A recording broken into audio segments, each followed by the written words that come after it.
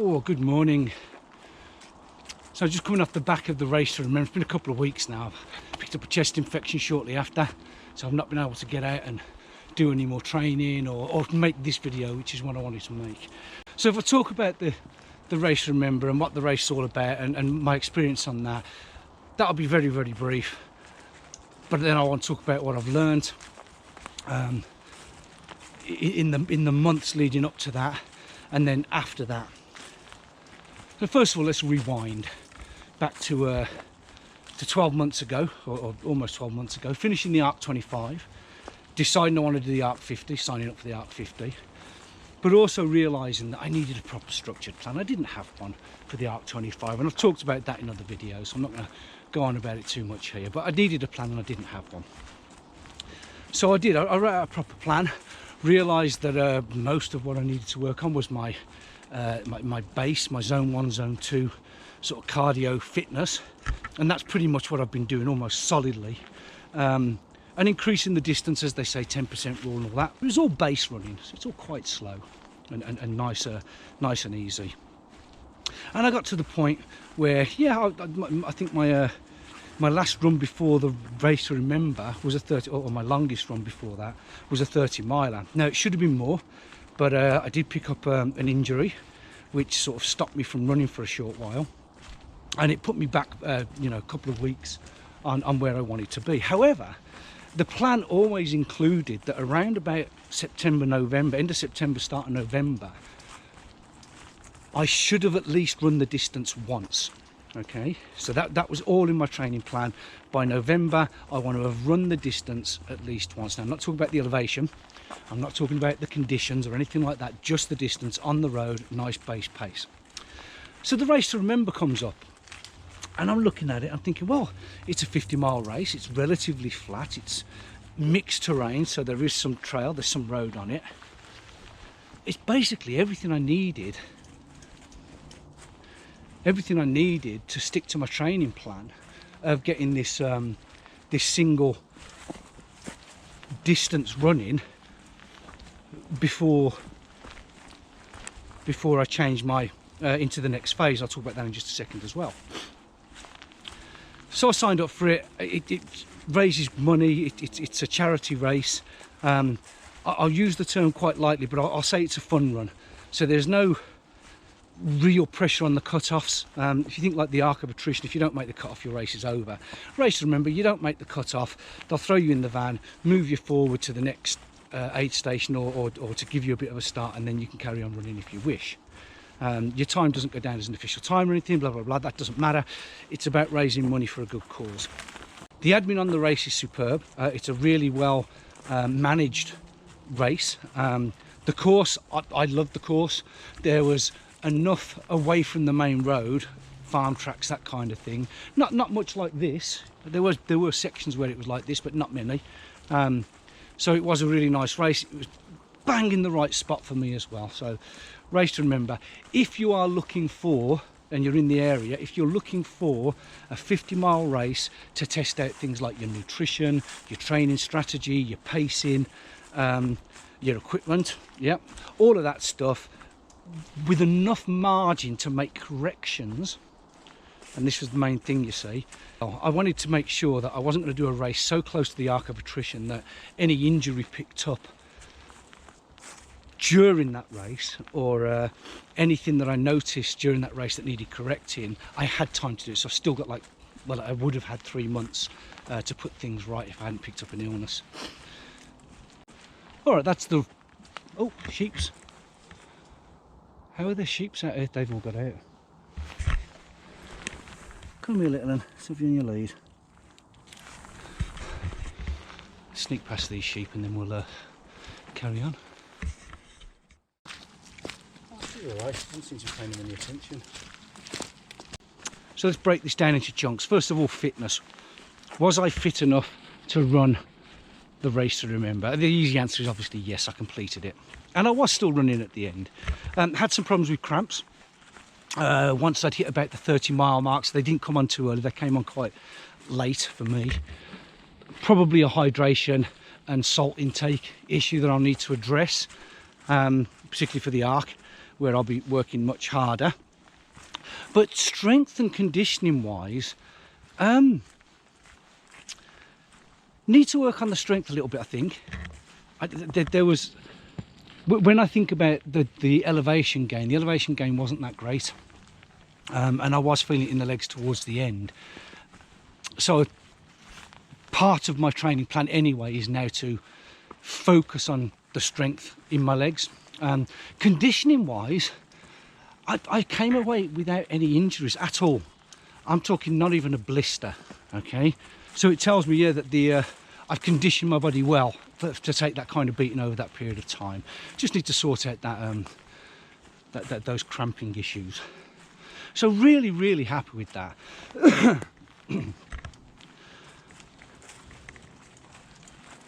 Equipment. So again, really happy with the equipment I chose. I was using the Osprey 25 litre sort of fast pack rather than a race vest. Pack worked absolutely superb. Everything was cinched down, nice and tight. Didn't move around too much. Held everything I needed to and more. So on this race there was no minimum kit list like there is on the Arc, but I carried more anyway just because I wanted to sort of, it was a training run for me. So yeah, that worked really well. Bottles, I used my big 1 litre bottles, 2 of those I was carrying for most of the race, and again absolutely superb. Didn't have any issues, didn't feel like I was missing having a drinking straw or a soft flask or anything like that. Just sat in my side pouch and was available when I needed it. Don't think I'll be making any changes to that equipment anyway, so that all seemed to work fine.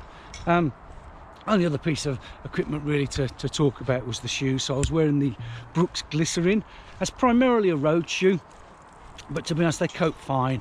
There's a couple of muddy patches where I'd have liked to have had a trail shoe, but they were short and it wouldn't have been worth putting a trail shoe for sort of 35 miles of road for the mile and a half, for the 10 or 15 miles of trail.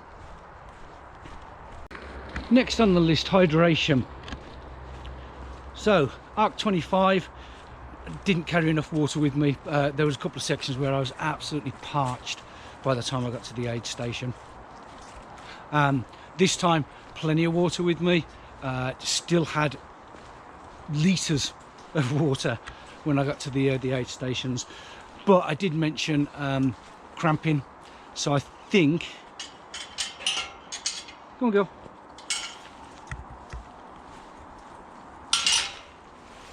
I think that's one of those things where I just need to be aware that, you know, I shouldn't wait until I'm thirsty before I start drinking. I think I need to drink to a schedule rather than drinking to thirst, and then maybe that'll help alleviate some of the cramps. Next, nutrition. So yeah, I think I got the nutrition right. Carb loading, learnt a lot from last year.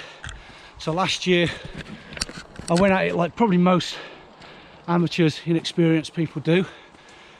The night before the race, I ate a shed load of pasta, garlic bread, that kind of thing. Lots of carbs. So this time I didn't do that. Started carb loading 3 days before. So basically just changed my diet a little bit. Not massively, but where perhaps I'd have had something without chips, as an example. Then I had chips. Or maybe I wouldn't normally say have chips and then pasta 2 nights on the run or something like that. So I just switched like that. And that started 3 days before the race. So I think I got the carb loading right. I took food with me. Now, this was really an area of concern and worry for me because, again, going back to the last big race I did, I really feel like the nutrition side is where I let myself down. Didn't eat properly, couldn't really hold anything down when I tried to eat, just wasn't used to running and eating at the same time. So for the past however many months, on my long runs, obviously you're going out for 6-7 hours, you need to have something to eat. So I've been practicing fueling on the go, so small amounts as I'm actually running, and then maybe a short pause while I take something a bit more substantial on board. Now, initially I tried the usual things, the jelly bays and all that rest of it, made a whole video about it, came to the conclusion that what I needed to fuel me was more savoury stuff, and it was working great, you know. So when I was packing food for this one, I did the usual. I took my cheese and pickle, I took my cheese sticks and all the rest of it. However, something surprising happened when I hit the first aid station. Not the first aid station, the first station of aid. Yeah,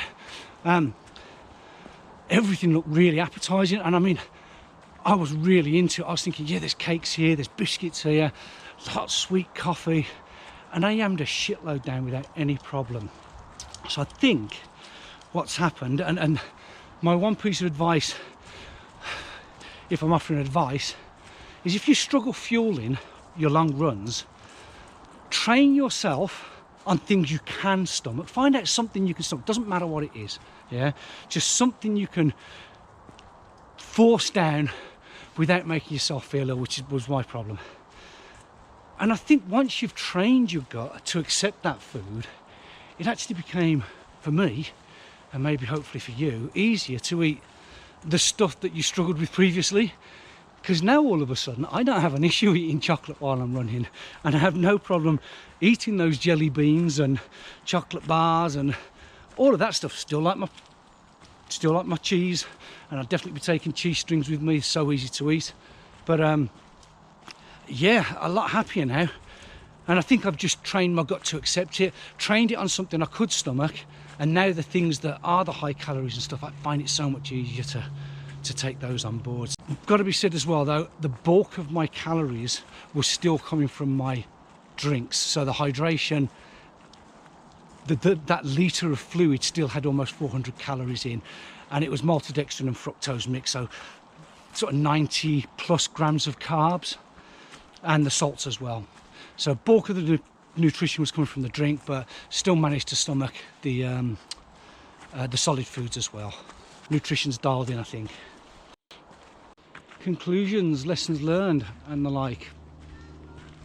So first of all, I'm relatively happy that things are dialed in. I haven't got to make any major changes as far as kit's concerned, and where my head's at. I'm comfortable that I can cover the distance and run for the period of time I need to run for.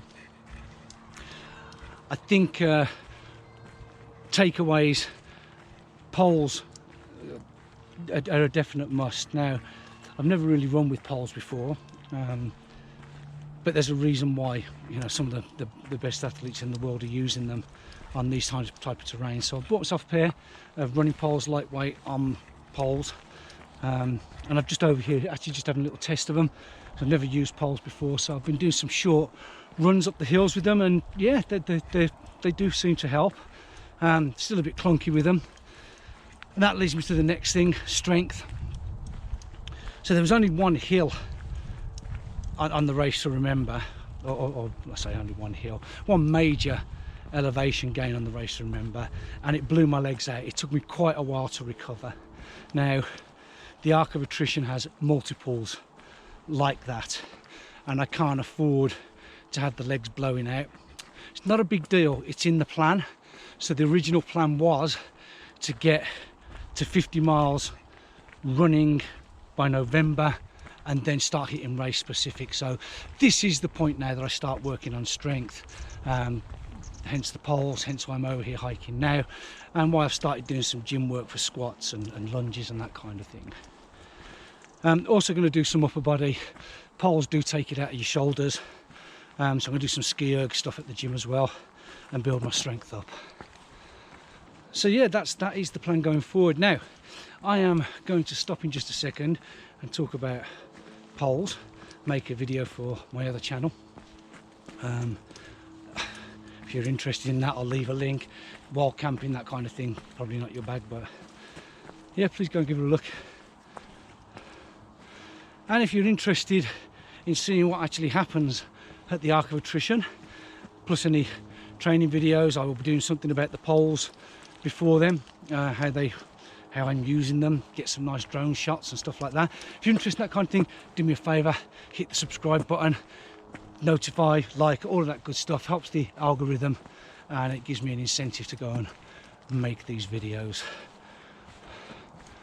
The main thing for me now is to shake this chest infection off completely, get back out on the running. But the good thing is I've been told to lay off the cardio stuff while I've got this infection, but that doesn't stop me doing the weight training, so just do some squats and stuff like that. It all helps. Right then, thank you for your time. I hope you found it interesting, maybe useful. If you did, like I say, like, subscribe, always go a long way to help the algorithm and help the channel grow. That's me done for today, I think. Just got to say, stay safe, have fun, and I'll see you on the next run.